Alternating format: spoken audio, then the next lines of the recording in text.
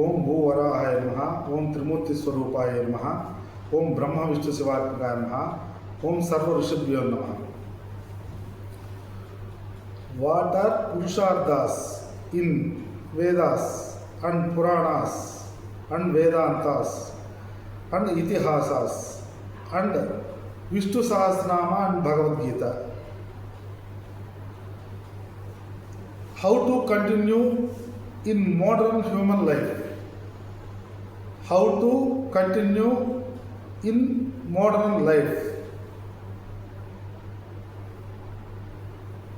విశ్వవీక్షకులకు విజ్ఞప్తి. అనంత విశ్వాలం విశ్వసేవా కేంద్ర అఖండ మహాసంకల్ప పరిచయము, తర్వాత అఖండ మహాసంకల్ప శ్రీ విశ్వచక్ర త్రిసత్య నిధం శ్రేయం అనేటువంటి సవివరంగా విశ్లేషణ ఇవి జరిగిన తర్వాత ప్రస్తుత ఆధునిక కాలంలో మోడర్న్ లైఫ్ అంటే ఆధునికమైనటువంటి జీవితము. ఈ ఆధునికమైనటువంటి జీవితంలో ప్రతినిత్యం పురుషార్థాలు ఉన్నాయి. అవి పురుషార్థాలు అని తెలియటం లేదు.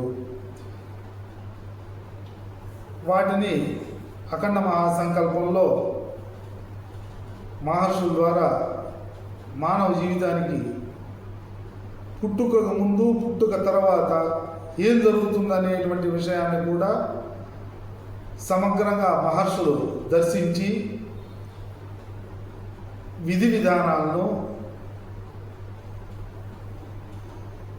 పరమ గురువు అయినటువంటి బ్రహ్మదేవుని ద్వారా 4 వేదాలు పురాణాల ద్వారా విష్ణు భగవాన్ ద్వారా శివ భగవాన్ ద్వారా ప్రస్తుతానికి కూడా గురు పరిష్కారం, గురువు లేడు అనేటువంటి గురుత్వం లేదు, గురువు లేడు అనేటువంటి సమస్య లేకుండా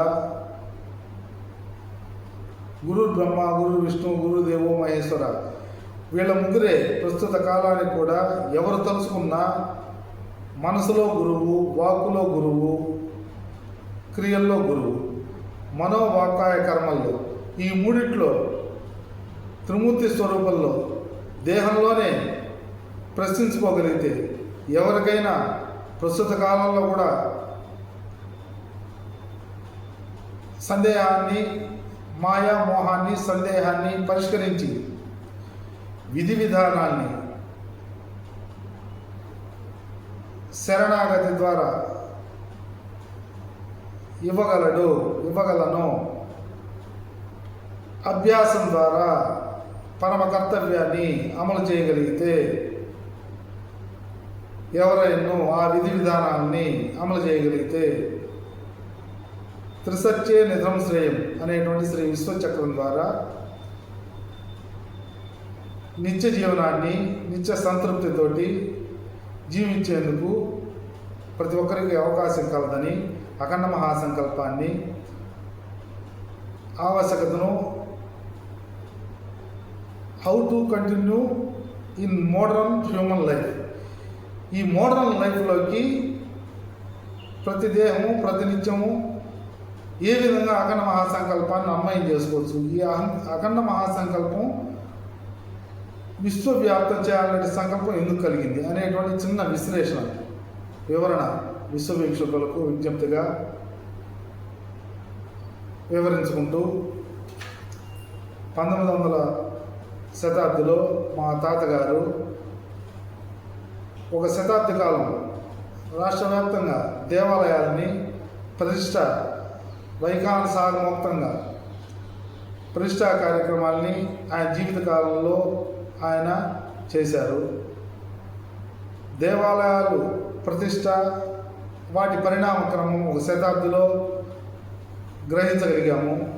2వ శతాబ్దిలో మా తండ్రి గారు దేవాలయాల్లో అర్చన ప్రతిష్టానంతరం జరిగేటువంటి అర్చన ఒక శతాబ్ది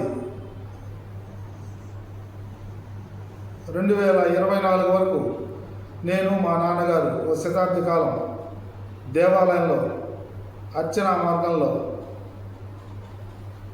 ఉచితంగా నేను మా నాన్నగారు 70 సంవత్సరాలు ఉచిత సేవ అన్ని బాధ్యతల్ని సేవకత్వము, అర్చకత్వము, పరిచారికత్వము మూడింటి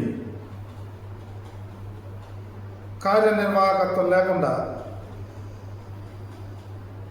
ఒక 100 సంవత్సరాలు చేసినటువంటి సందర్భంలో సంకల్పాన్ని అఖండ మహాసంకల్పం బ్రహ్మాండ నాయకుడి దగ్గర 4 వేదాలు 18 పురాణాలు వాటి ద్వారా బ్రహ్మదేవుడి ద్వారా అఖండ మహాసంకల్పాన్ని చెప్తుంటే మేము సంకల్పంగా దేవాలయాల్లో చేసేటువంటి క్రమంలో ఈ 100 సంవత్సరాల్లో ఎన్నో దేహాలు గృహాలు వ్యవస్థ భూమి దేశాన్ని పాలించే రాజకీయ వ్యవస్థ, రాష్ట్రాన్ని పాలించే రాజకీయ వ్యవస్థ, గ్రామాన్ని పాలించేటువంటి వ్యవస్థ, పాలనా వ్యవస్థ, ప్రజాస్వామ్య పాలనా వ్యవస్థ, వీటిల్ని ఈ అఖండ మహాసంకల్పం ద్వారా ప్రతి ఒక్కటి దేవాలయ గర్భాలయంలో నుండి బయటకు వచ్చి, అంటే తల్లి గర్భం సత్య గర్భం అంటారు. తల్లి గర్భాన్ని సత్య గర్భము అంటే పరమాత్ముడు భూమి ద్వారా ఒక కణ రూపంలో తండ్రి నుండి తల్లిలోకి ప్రవేశించి 9 మాసాలు అండం పిండం బ్రహ్మాండం, అండం పిండం బ్రహ్మాండం, బ్రహ్మాండం అంతా వ్యాపించినటువంటి సత్యాన్ని తల్లి గర్భం ద్వారా 9 మాసాలు మోసి బయటికి వచ్చినటువంటి పిండమే ఈ బ్రహ్మాండంలో ఉన్నదనేటువంటి సత్యాన్ని గుర్తించగలిగితే ఎవరైనా బ్రహ్మాండంగా ఉండొచ్చు అనేటువంటి సత్యాన్ని తెలుపబడింది. కావున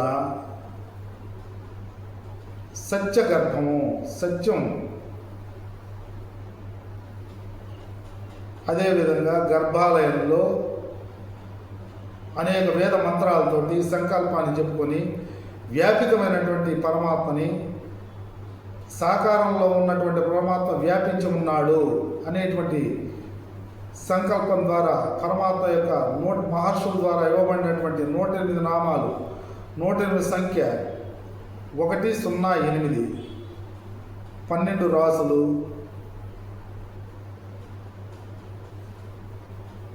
నవవేద భక్తి యోగాలుతో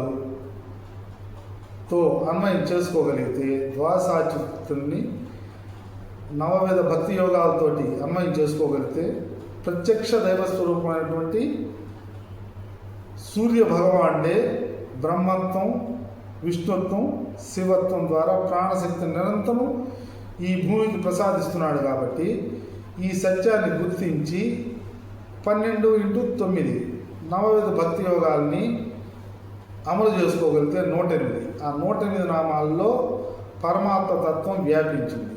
1008 నామాల్లో పరమాత్మ తత్వం అంతా అనంతమైనటువంటి విశ్వం 1008 నామాల్లో ఉంది, 108 నామాల్లో ఉంది. అందుకనే మహర్షులు జగత్సర్వం మంత్రాధీనం, మంత్రంలో ఈ జగత్తంతా ఇమిడి ఉంది.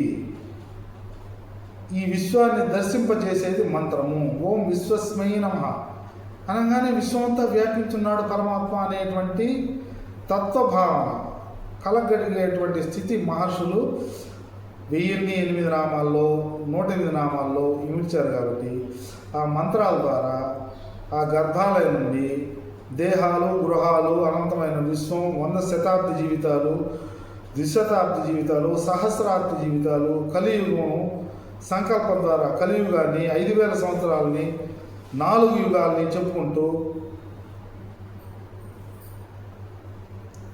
4 యుగాల కాలాన్ని చెప్పుకుంటూ చతుర్విధ పురుషార్థ స్థిత్యర్థం అని అంటూ ఉంటే ఈ అర్ధకామాల్లోనే మానవ జీవితాలన్నీ జరుగుతున్నాయి.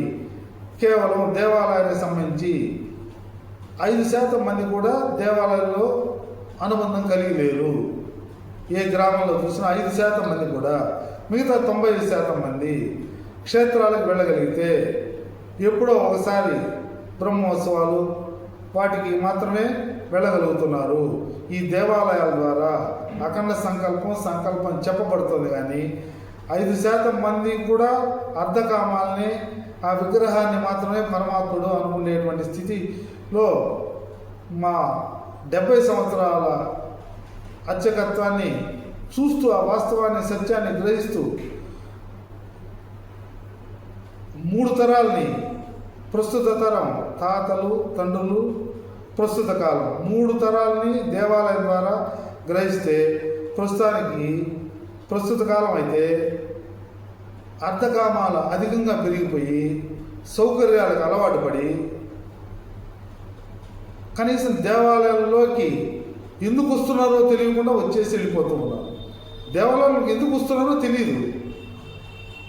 అదొక ఆట విడుపు ప్రదేశంగా, చాలామందికి అయితే రకరకాల విషయాల్ని చర్చించుకునేటువంటి ఈ వేదికగా, ఇంకా చివరగా దేవాలయం అంటే ప్రసాదం పెడతారు ఒకటి, అది అర్చకుడు బతికేదానికి 5,000కి 10,000కి అర్చకుడు బతికేదానికని అనేటువంటి నిర్వచనాన్ని పెట్టేశారు లాస్ట్కి. దేవాలయం అంటే ఐవర్ బతికేదానికి, అర్చకుడు బతికేదానికి. ఎంతకి? 5,000కి 10,000కి. బయట కూలి పనికి వెళ్ళిన 700 ఇస్తున్నారు, 20,000 వస్తున్నాయి. మళ్ళీ వీటికి అర్చకులందరినీ కూడగట్టి సంఘాలు, వీళ్ళంతా దేవాదాయ శాఖ ప్రైవేటుగా ఈ దేవాలయాల నిర్వహణలు ఉన్నాయి. సంకల్పాల అమలు జరగటంలా, కార్యనిర్వాహకుల్లో సంకల్పాలు సక్రమంగా లేవు, అర్చకులకి నియమాలు లేవు. అంటే అర్చకుడు నేను ఒక ఈ దేవాలయాన్ని అర్చకత్వాన్ని నేను చేస్తాను, ఏ ఆగమైనా అర్చకులు ఒక ప్రశ్న వేసుకుని ఆ జవాబు వస్తుందో, అర్చకులే ప్రశ్న వేసుకుంటే వాళ్ళకే జవాబు వస్తుంది. ఈ దేవాలయం నా కర్తవ్యంగా ఈ దేవాలయాన్ని నేను చేస్తున్నటువంటి దానికి నాకు సంభావన రూపంలో, నిధన రూపంలో ఏమిస్తారు? కనీసంగా 700 రూపాయల లెక్కన 20,000 నెలకు ఇవ్వగలరా? ఇస్తారా? ప్రతి సంవత్సరం పెంచుతారా? వస్తువులు అన్ని రేట్లు పెరుగుతున్నాయి, నా కర్తవ్యం ఇది, అర్చకి నియమాలు ఇవి, నేను దేవాలయానికి నీ గంటలు నేను ఈ దేవాలయంలో ఏకాల అర్చన చేస్తాను అని ఒప్పుదలయ్యి ఆయన నెలకు ఒక 20,000 30,000 తీసుకున్నటువంటి అర్చకుడు బీ టెంపుల్ ఇవి తప్పించి ఎక్కడన్నా ఉన్నదే? లేకపోగా 5,000కి దేవాలయం 10,000కి దేవాలయం కట్టడాలు కట్టిన తర్వాత అర్చకులేరే అనేటువంటి విధానాల్లోకి ఎంత ఇబ్బందికరమైన స్థితిలోకి వెళ్ళిపోయిందంటే దేవాలయ వ్యవస్థ వెళ్ళిపోయింది. అందుకనే చతుర్యుగాల్లో అఖండ మహాసంకల్పం ద్వారా కృతయుగంలో దేవాలయమే లేదు. దేవాలయం అస్తిత్వం, దైవ సంబంధం, దేవస్థానం అన్నారు. దేహస్థానం, గృహస్థానం, గృహాలయం, దేహాలయం, గృహాలయం, అనంతమైనటువంటి విశ్వాలయంలో దేవాలయం, విద్యాలయం, వైద్యాలయం, సచివాలయం, అన్నీ ఆలయాల సముదాయం. అక్కడ అన్ని నిర్వహణలు, నియమాలు ఉన్నాయి. నియమాలు నిర్వహణలు లేని ఎక్కడంటే దేవాలయంలోనే. అర్చకుడికి ఏ నియమాలు నిధనం ఉందో తెలియదు, అక్కడ కార్యనిర్వాహకత్వం, అక్కడ సంకల్పం ఉందో లేదో తెలియదు. వాళ్ళందరూ కూడా గవర్నమెంట్ ప్రభుత్వ ఉద్యోగులు. దేవాదాయ శాఖ ప్రతి ఉద్యోగికి ₹1,00,000 నిధనం, అర్చకుడికి 5,000 10,000. ఇంకా భక్తులేమో వాళ్ళ కోరికలతోటి సంకల్పాలు కొడితే తిరునాళ్ళు, బ్రహ్మోత్సవాలు జరిగేటువంటి క్షేత్రాలకి వెళ్ళి దండం పెట్టుకొని వాళ్ళకి సమర్పించుకొని అనేక కోరికలు కోరుకుంటూ రావటం. నిర్వహణలు ఎక్కడ కూడా సక్రమంలో. అందుకనే భగవద్గీత చెప్తుంది, దేహం క్షేత్రం, అనంతమైన విశ్వం క్షేత్రం, దేహం క్షేత్రం. ఈ క్షేత్రంలో క్షేత్రజ్ఞున్నాడు. మానవ జీవిత కాలంలో అనేక క్షేత్రాలు ఉన్నాయి. ఆ క్షేత్రాల్లో స్వయంభూలుగా వచ్చినటువంటి క్షేత్రాలు అయితే మాత్రం కాశీ, బ్రహ్మాండ నాయకుడు, వీటి నిర్వహణలు, స్వామివారి అర్చకత్వాలు అవి కొనసాగింపు జరుగుతూ వస్తూ ఉంటాయి. వాటికేం తిరుగులేదు. ఎందుకనంటే సాక్షాత్తు స్వయంగా కాశీలో బ్రహ్మాండ నాయకుల్లో అర్చావతారమూర్తిగా ఆయనే వచ్చి అక్కడ ఆవిర్భవించాడు. కాబట్టి జరుపుకోవాల్సినటువంటి ఆయన శక్తివంతంగా జరుపుకోవాల్సిన బాధ్యత ఆయనకు ఉన్నది. కాబట్టి అక్కడ జరుగుతూ వస్తూ ఉంటాయి. అంతిమంగా దేహాన్నే క్షేత్రంగా భావించి దేహంలో క్షేత్రజ్ఞుడు ఉన్నాడు, ఈ క్షేత్రజ్ఞ దర్శనం చేయండి. అనేక క్షేత్రాలకు వెళ్ళి కనీసంగా 60 సంవత్సరాల లోపల అనేక క్షేత్రాలకు దర్శనం చేసుకొని అంతిమంగా దేహమే క్షేత్రమని, గృహమే క్షేత్రమని, దీంట్లోనే పరమాత్మ ఉన్నాడని దర్శనం చేసుకోవాలను. అందువల్ల ఈ సంకల్పాన్ని, అఖండ మహాసంకల్పాన్ని, దేహాలను చూసాం, దేహాల బాధలన్నీ దేవాలయాలకు చెప్తున్నారు. వ్యక్తిత్వ ఈ ఇళ్లల్లో తల్లి, తండ్రి, కొడుకు, కోడలు, అత్త, మామలు, తమ్ముళ్ళు, చెల్లెళ్ళు, ఈ మానవ సంబంధాలకు ఉన్నటువంటి ఇబ్బందికరమైనటువంటి స్థితులన్నీ మాకు తీసుకొని చెప్పారు. మేము విన్నాం. ఆస్తుల పంపకాలు విన్నాం, గృహాల ఇబ్బందికరమైన స్థితులు విన్నాం, భూ సంబంధమైన ఇబ్బందులు విన్నాం, వ్యవసాయదారులకు సంబంధించి వ్యాపార సంబంధమైనటువంటి విన్నాం. ఈ 70 సంవత్సరాలలో మా నాన్నగారు భారతీయ పౌరుడిగా కనీసం 15 సార్లు పౌరుడిగా తన విధియుక్తమైనటువంటి కర్తవ్యాన్ని, పౌర విధిని అమలు చేశాడు మా నాన్నగారు.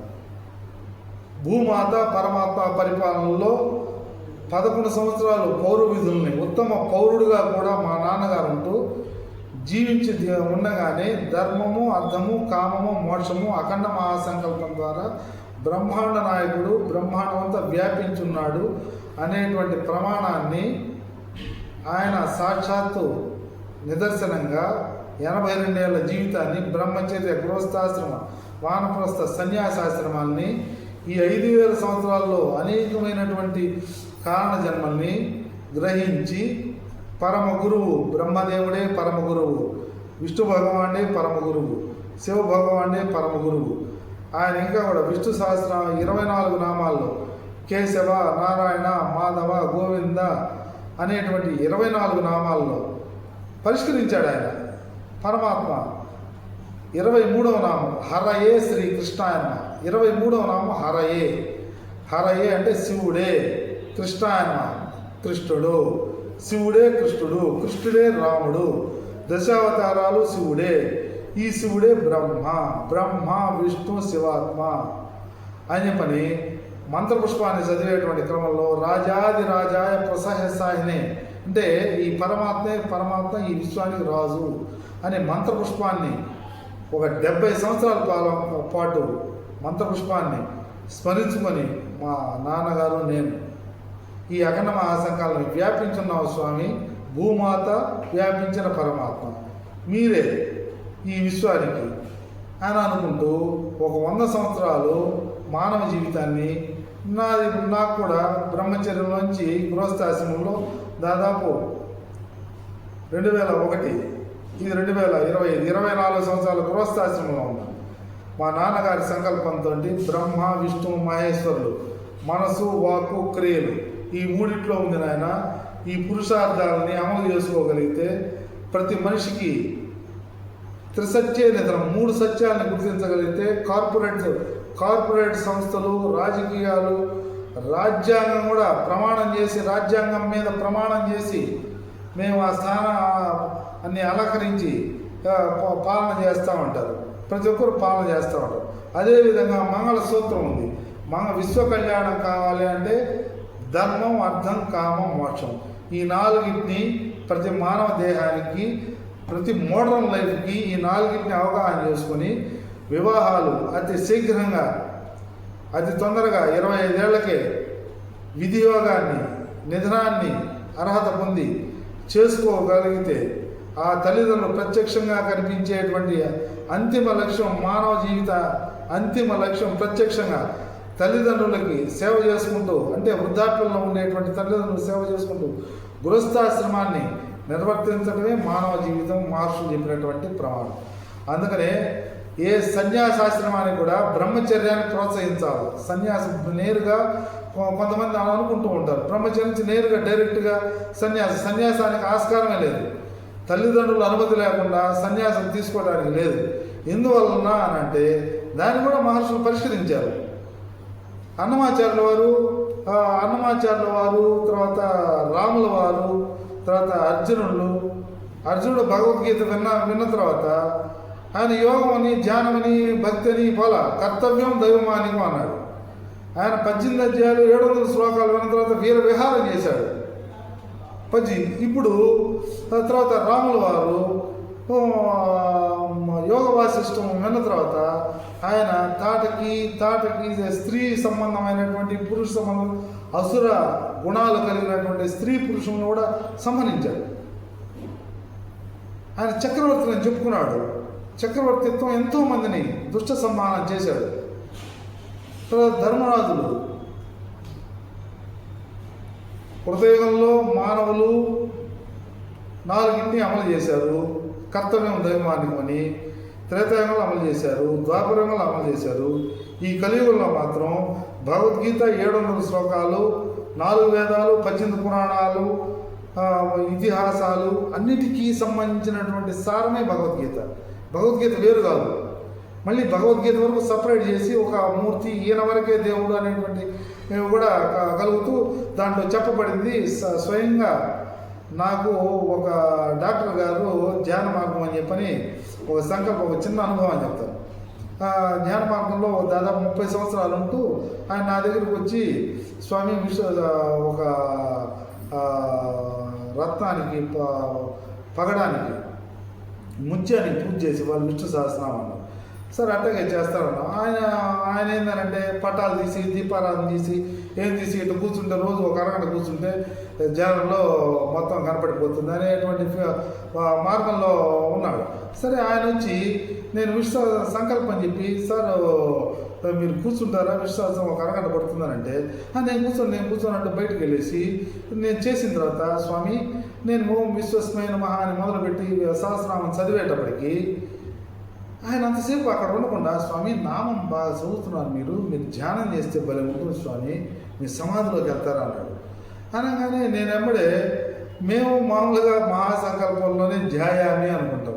అంటే మహర్షులు చెప్పారు ధ్యానంలోకి రండి అంటే ఏకాగ్రతలోకి రండి. ఏకాగ్రతలో శ్రద్ధగా మీరు చేసేటువంటి కర్తవ్యాన్ని మంత్రం, తంత్రం, యంత్రం 3 మంత్రం, తంత్రం, యంత్రం ఈ త్రివిధ కర్తవ్యాల ద్వారా దాన్ని అమలు చేయవలను. దాన్ని మనసు, వాక్కు, క్రియలు దాంట్లో ఏకాగ్రతగా చేయవలను అని చెప్పకూడదు. ధ్యాయామి అనగానే మనసు రకరకాలుగా బయటికి వెళ్ళి ఉంటుంది కాబట్టి దాంట్లో తీసుకొచ్చి ధ్యాయామి స్వామి, ఆవాహయామి, నువ్వు ఉన్నావు, పాదయోపాద్యం సమర్పయామి, ఇవన్నీ చెప్పుకుంటూ వచ్చి ఇవి చేస్తాం. సార్ నేను ధ్యానానికి వెళ్ళేది కాదు, కూర్చోండి మాట్లాడదాం. ధ్యానయోగం, కర్మయోగం, భక్తి యోగం, ధ్యానయోగం 4 ఉన్నాయి, భగవద్గీత ద్వారా వచ్చింది. మీరు ధ్యానం ఉంటారు, ఒక సత్సంగం చేద్దాం, ఒక నిమిషం. లేదు స్వామి నాకు టైం వెళ్ళిపోవాలి. ఆయన నా దాదాపు 40 సంవత్సరాల నుంచి ధ్యానం చేస్తూ, నేను మళ్ళీ ఇంకా ఆయన అందుబాటులో సత్సంగం చేద్దాం సార్, మాట్లాడదాం, సమాధి అంటాను. అసలు సమాధి ఏంది, నేను వెళ్ళాలని నువ్వు కోరుకోవటం ఏంది, ధ్యానం చేయాలని విష్ణు సహస్రనామం చేయాలని మీరు అడగటం ఏంది, నన్ను ధ్యానం చేయమని మీరు కోరటం ఏంది, అది కోరిక కదా, కోరిక నన్ను కోరటం ఏంది. మీరు అరగంట సేపు దేవాలయంలో ఆ సంకల్పం మీకు సంబంధించిన పనికి, కర్తవ్యానికి కూర్చోలేకపోతే ఎంత మెలికి ఉందో చూడండి. ఆయనే ఒక కిరాణా కొట్టుకు మేము సామాన్ తీసుకోవడానికి పోయిన సందర్భంలో ఆయన వస్తే, ఆయన డాక్టర్ గారు కూడా ధూమపానాడు తాగుతూ ఇటు కాలుస్తూ, ఆ వ్యాపారికి ఆ పోగబోతుంది, పక్కన నాకు వస్తుంది, నాకేం అభ్యంతరం లేదు, పక్కకి వెళ్ళిపోతాను. ఆయన వైద్య వృత్తిలో ఉంటూ కనీసం వృత్తి సంబంధించినటువంటి సామాన్య నలక నియమం, అంటే ఇది కాలుస్తున్నాం అలవాటే, అటు పక్కన వదులుకోవాలని, అది ప్రకృతిలోకి వెళ్తుంది, దాని ప్రభావం ఈ దేహం మీద పడుతుంది అనేటువంటి స్పృహ కలిగి ఏదో ఆయన పక్కన కాలుస్తున్నాడు. సరే నేను పక్కకి వెళ్ళిపోయాను, అయిపోయింది. తర్వాత ఆయన యాక్సిడెంట్లో పరమపదం అయిపోయారు. అంటే తర్వాత దీంట్లో ఉన్నవాళ్ళు ఏ రకంగా ఉన్నారంటే, ఈ పంచేంద్రియాలకు సంబంధం లేకుండా వెళ్ళిపోయారు. ఇటు చూస్తుంటారు, నోటితోటి మాట్లాడరు, చెవుతోటి వింటారు, చెవు వినపడుతుంది, నోరు మాట్లాడదు, కళ్ళు చూస్తుంది, నోరు మాట్లాడదు, ప్రశ్నిస్తారు, వాళ్ళు మాత్రం ప్రశ్నింపబడరు, ఏదన్నా అడిగితే వినపడినట్టు ఉంటారు. అంటే ఈ పంచేంద్రియాలకు కూడా కనెక్షను, నెట్వర్క్ కట్ అయిపోయింది. అంటే దీన్ని ఏమంటారంటే పాషండ విధానం అంటారు. ఈ పాషండ సిద్ధాంతంలోకి వచ్చేసారు. అంటే వినపడినట్టు, కనపడినట్టు, ప్రశ్న అడిగితే మౌనం. ఈ రకంగా మానవ జీవితాలు నిషిద్ధమైనటువంటి విధి విధానాల్లో అమలు జరుగుతూ ఉన్నాయి. అందుకని యమ నియమాలు కావాలను. ఈ యమ నియమాల్లో చెప్పేటువంటి క్రమంలో ఇప్పుడు ఈ మార్గాల ద్వారా వచ్చి కర్మయోగం ఖచ్చితంగా ఉన్నదయా స్వామి, ప్రత్యక్షంగా మహర్షులు ప్రతి ఒక్క పరిష్కారం చేశారు. మానవ దేహమేంది, గృహమేంది, ఈ విశ్వమేంది, అనంతమైనటువంటి విశ్వమేంది, ఎన్ని యుగాలు ఉన్నాయి, అనంతమైన కాలాన్ని, కర్మయోగాన్ని, భక్తి యోగాన్ని, 9 రకాలైన భక్తి యోగాలు ఉన్నాయి. ఏ సందేహం ఉన్నా మేము తెలుస్తాము. గర్భం లోపల జీవుడు ఏం చేస్తుంటాడు కూడా అన్ని ఉపనిషత్తుల ద్వారా ఉన్నది. మా దేహం పోయిన తర్వాత కూడా ఏం జరుగుతుంది అనేది ఉన్నది. అన్నీ ఉన్నాయి. అన్ని మహర్షులు అద్భుతమైనటువంటి జ్ఞానస్థితిలో వాళ్ళు కొన్ని వందల సంవత్సరాలు తపో నిష్టలో ఉండి కర్తవ్య మార్గంలో ఉంటూ గృహస్థాశ్రమాలను చేసుకుంటూ వాళ్ళ దేహాలతోటి తపోనిష్టలతోటి పరమాత్మను దర్శించి గ్రహించి గ్రంథస్థం చేసి సమీక్షలు చేసి అనేక ఆగమాలని మహర్షులు వైఖానసాగమోక్తం, పాంచరాత్రాగం, శైవాగం, శాక్తేయం, గాణపత్యం, కౌమానం, సౌర ఆగమం, ఇన్ని ఆగమాలని, అన్ని ఆగమాల లక్ష్యం ఒకటే.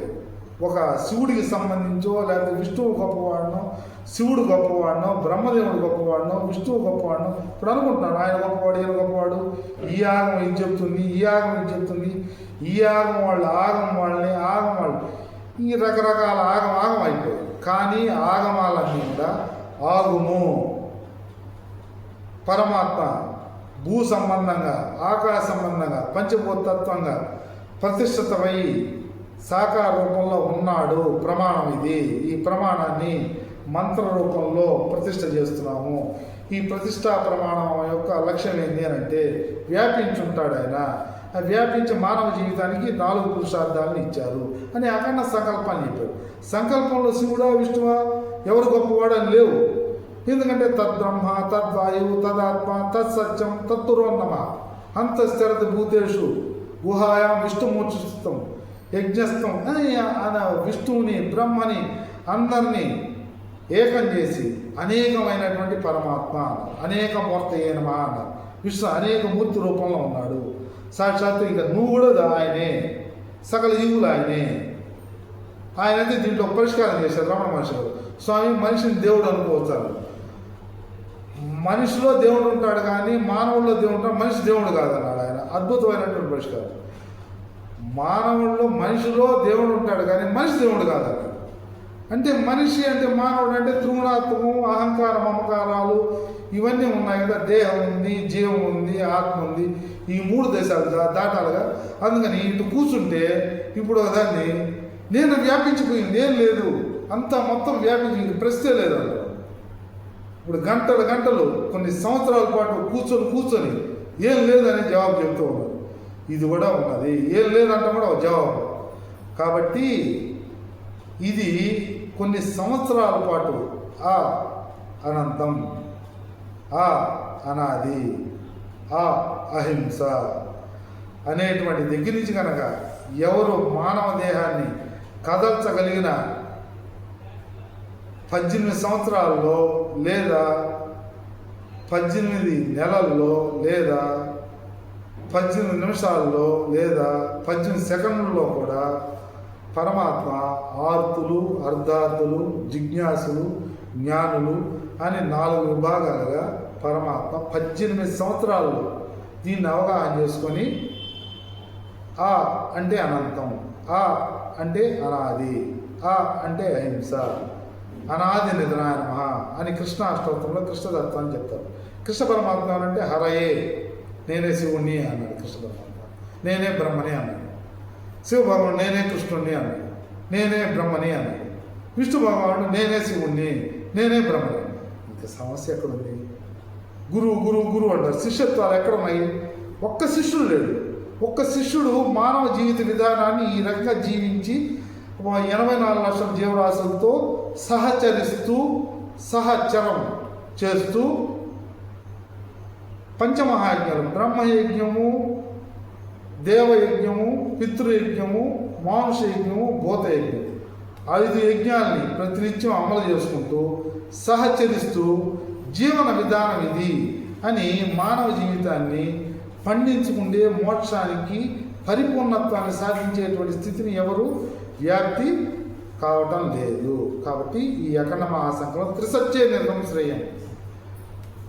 The modern life, how to continue in modern human life అనేటువంటి దాని ద్వారా అనేటువంటి జవాబు, త్రిసత్యే నిర్గంశ్రేయం అనేటువంటి జవాబు ద్వారా ఒక సిరీస్గా